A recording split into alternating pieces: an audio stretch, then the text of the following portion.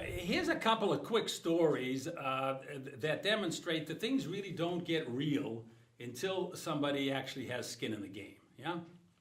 Well, this first story is this couple of fellas, old-time guys, sitting on a porch talking to one another. They're both broke. One turns to the other and he says, if you won the lottery, you'd give me half, right? The fellow says, sure, of course. He says, and if you had 2 Rolls Royces, why, you'd give me one of them, wouldn't you? Guy says, absolutely.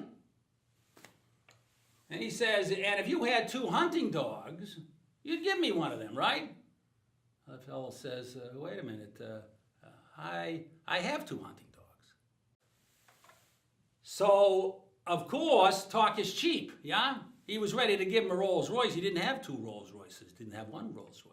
Got 2 hunting dogs, not so easy, not so quick to give away one. And there's this one.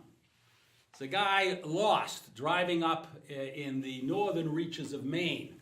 Comes to a fork in the road. He's trying to get to Bangor. Signs showing Bangor in both directions. There's a guy rocking away on his chair on a porch.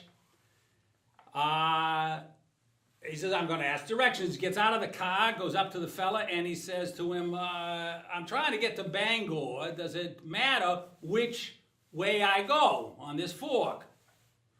Fella rocks back and forth and says, not to me. Right? So he didn't have any skin in the game either. He doesn't care whether you go left or right. Right? Things get real when you have skin in the game. Until you do, talk is cheap.